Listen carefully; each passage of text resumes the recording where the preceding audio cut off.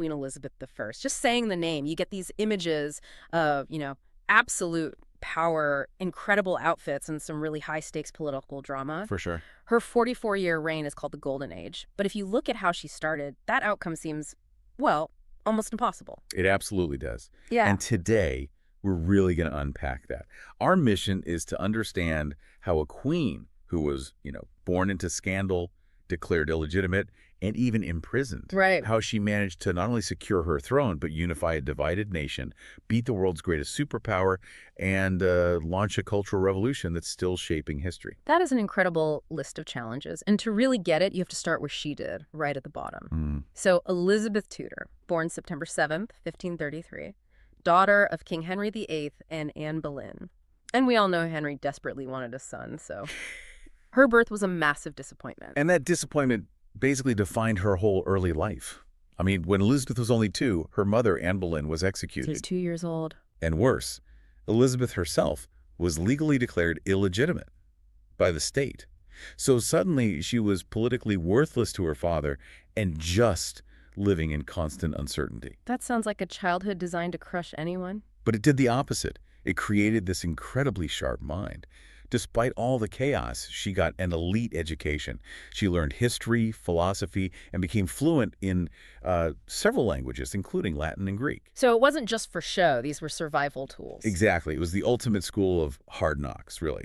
She spent her teenage years just trying to navigate the reigns of her Protestant brother, Edward, and then her fiercely Catholic half-sister, Mary. Who was always suspicious of her. Always. She was always close to the throne, but never, ever safe. She even spent time imprisoned in the Tower of London under Mary's rule. So those years forced her to become clever. The cleverest person in the room.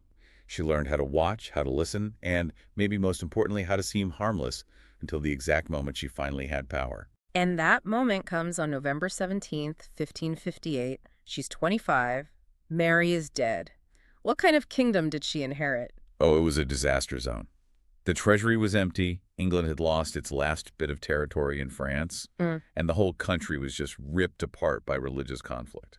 So people were just hoping for some stability. They were exhausted. They just wanted order. And the very first big choice she has to make is one that pretty much challenged everything, everywhere, to marry or not to marry. And she became famous as the Virgin Queen because she never did. Was that a political move, or was it personal? It was the ultimate political chess move. You have to remember, in that era, a queen was expected to marry, and her husband would then basically control everything. So if she married an English noble... You'd get instant jealousy, maybe even civil war between the other powerful families. And a foreign prince would be even worse. Way worse. You'd risk France or Spain dictating English policy, dragging them into constant wars. By staying single, she kept all the power. In her own hands. Yes. She was the one negotiating, constantly sort of flirting with different European royals, always pretending she might marry. It was this incredible piece of political theater that lasted her entire reign. And she needed that authority right away because the religious situation was a ticking time bomb. It was. Catholics and Protestants were practically at war. She knew she couldn't please the extremists on either side, so she had to find a middle way to stop a civil war. So how did she do that?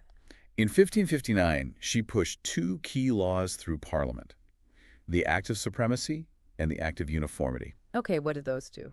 The Act of Supremacy made her the supreme governor of the Church of England, so royal control.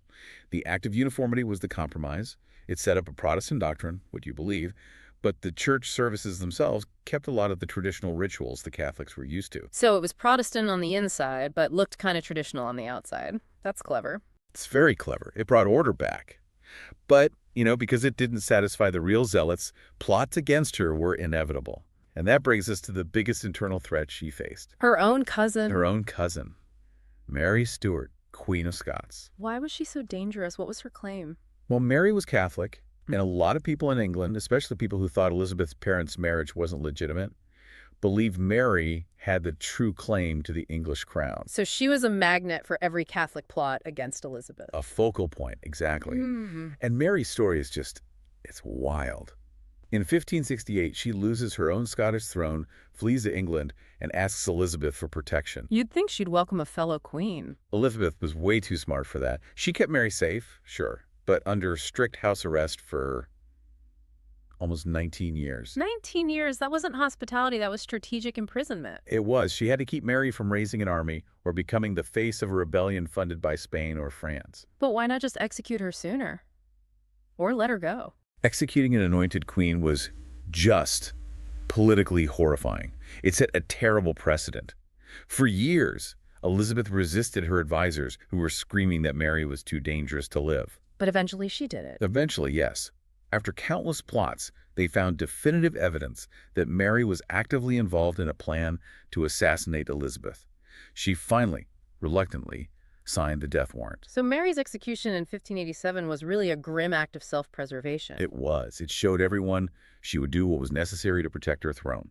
But that act also infuriated the biggest Catholic power in Europe. Spain. Spain, who'd been looking for a fight for years. And that brings us to the big external threat, King Philip II of Spain. Why was he so hostile? Well, there are a few big reasons. First, religion. Philip had actually been married to Elizabeth's sister, Mary, and he wanted to restore Catholicism in England. Okay, so religion. What else? Second, politics. Elizabeth was actively helping Protestant rebels in the Netherlands who were fighting against Spanish rule. And the third reason? Pirate gold. Exactly. The economic reason was huge. English sailors, like Sir Francis Drake, were basically state-sponsored pirates. Privateers. Right. They'd attack Spanish treasure ships coming from the New World, and Elizabeth would secretly take a cut. It was a massive financial attack on Spain. You can see why Philip was angry. And the Pope even got involved, right? Oh, yeah. In 1570, Pope Pius V officially expelled Elizabeth from the Catholic Church. That basically gave any Catholic ruler a green light to try and overthrow her. So the clash was inevitable, which leads us to 1588, the Spanish Armada. Philip decided to just end the English problem for good. He sent this massive fleet, 130 huge, heavily armed ships, to invade England. This was the moment of maximum danger, and Elizabeth's response was just pure genius. She travels to Tilbury, where her small army is waiting. She gives one of the most famous speeches in history, tells them she has the heart and stomach of a king. She even wore a silver breastplate. Turning terror into a moment of national unity. Totally. So how did the smaller English Navy actually beat this invincible armada? Strategy and speed. The English ships were smaller, faster, much more maneuverable than the big, clunky Spanish galleons. And they used fire ships. That was the decisive moment. They took old ships, packed them with flammable stuff, set them on fire, and sent them sailing right into the anchored Spanish fleet. Floating bombs. Pretty much. It caused total chaos. It broke the Spanish defensive formation. And once they were scattered, the smaller English ships could pick them off. And then the weather finished the job. The final nail in the coffin. The remaining Spanish ships tried to get home by sailing around Scotland and Ireland, and these huge storms just wrecked most of them. That victory was transformative. It didn't just save England, it put England on the map as a real naval power. And it opened the floodgates for what we call the Golden Age, which wasn't just about military power. It was about looking outward and a cultural explosion. Speaking of looking outward, sailors like Francis Drake started traveling the world. He became the first Englishman to circumnavigate the globe from 1577 to 1580. And that desire for travel quickly became a desire for empire. Right. Explorers like Sir Walter Raleigh tried to set up the first English colonies in North America at Roanoke. They failed, but it showed England's ambition. And then there's the economic side. The East India Company. That was a huge deal, right? Monumental. The East India Company was founded in 1600, and it was set up to manage these incredibly profitable trade routes with Asia. It brought huge wealth back to England, spices, tea, and it really kicked off the expansion of English global influence. And all that wealth funded the culture. When we say Golden Age, most of us are thinking about the theater. You can't talk about this period without talking about William Shakespeare. So many of his most famous plays were written and performed during her reign at places like the Globe Theatre. And what was so special about the theater scene back then? It was entertainment for everyone. The rich sat in galleries, but the poorer people, the groundlings, they just stood right at the foot of the stage. It was this shared cultural experience for all the social classes. And it wasn't just theater, right? Music, art, architecture. All of it was booming. Elizabeth herself was an accomplished musician. Composers like Tallis and Bird were writing incredible music. And wealthy people started building these grand manor houses with huge glass windows, just showing off their new status. Let's shift a little to the day-to-day work of government. How did she actually run the country? She ruled with her Privy Council. You can think of it like her inner cabinet. It was about 20 trusted advisors who met every single day to talk about laws, taxes, foreign policy. And she had the final say. Always. She listened, she'd pit them against each other to get different opinions, but the final decision was always hers.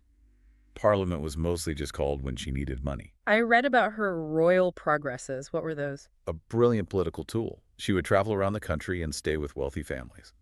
This did two things. First, her subjects actually got to see her, which builds loyalty. And second, it saved her a ton of money on palace expenses. She made the nobles pay for her trip. That's so pragmatic. Yes, but we have to remember, while the court was thriving, life for most people was really, really hard. Right. Poverty was a huge problem. A massive problem. The population was growing, which meant high food prices, not enough jobs. It got so bad that the government had to act, which led to the Poor Laws of 1601. How did those work? They basically made each local area, each parish, responsible for its own poor. They had to care for the sick and elderly and find jobs for the unemployed. It was one of the first state-run welfare systems. But it was also really harsh, wasn't it? Oh, extremely. If you were able-bodied and refused to work, you could be punished severely. And remember, social status dictated everything. There were even laws about what clothes you could wear. The sumptuary laws. Exactly. A merchant couldn't wear the same fabrics as a nobleman. It was a very visible way of keeping everyone in their place. So she managed all of this. Internal plots, foreign invasions, social crises, and oversaw this incredible cultural flowering. Elizabeth died on March 24th, 1603. She was 69. After ruling for 44 years. And since she had no children, she was the last of the Tudors. But her final political act was to ensure a peaceful transition by naming James VI of Scotland as her successor. Her reign really did transform England from this struggling little kingdom into a major global power. Her image as a strong, independent female ruler is still such a powerful symbol today. And if you think back to where she started, it's just astounding. As you think about her reign, consider this. What was the biggest challenge she really faced? Was it the external threat of Spain, the internal plots around Mary, Queen of Scots, or was it just the constant underlying challenge of being a single woman ruling in a world totally dominated by men? That's a fascinating question to explore. Good luck with your studies.